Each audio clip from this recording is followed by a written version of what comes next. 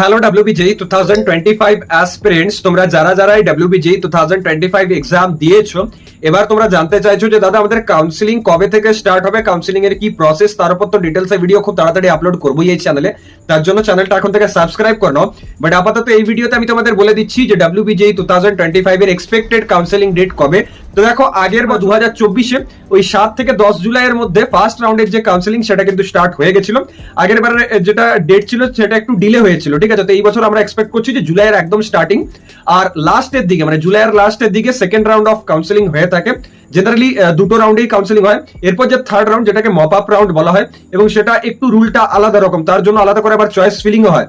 First round second রাউন্ডে same choice filling থাকে, same কলেজে লিস্ট দিতে পারো তুমি, কিন্তু থার্ড রাউন্ড মপ আপে তোমার আলাদা অপশন দেওয়ার একটা জায়গা থাকে। সো সেই মপ আপ রাউন্ডটা মোটামুটি আগস্টের শুরুর দিকে হয়, মানে ওই অ্যারাউন্ড 7 থেকে 10 তারিখের মধ্যে। তাহলে পুরো যে কাউন্সিলিং, মানে এই যে সেন্ট্রালাইজড কাউন্সিলিংটা, সেটা 1 মাস ধরে চলছে। এরপর ডিসি হয়, দুর্গাপুজোর পর হয় কিছু কলেজে আবার দুর্গাপুজোর একটু আগে আগে টাইমেও হয়ে থাকে। তো ওটা আলাদা ফ্যাক্টর।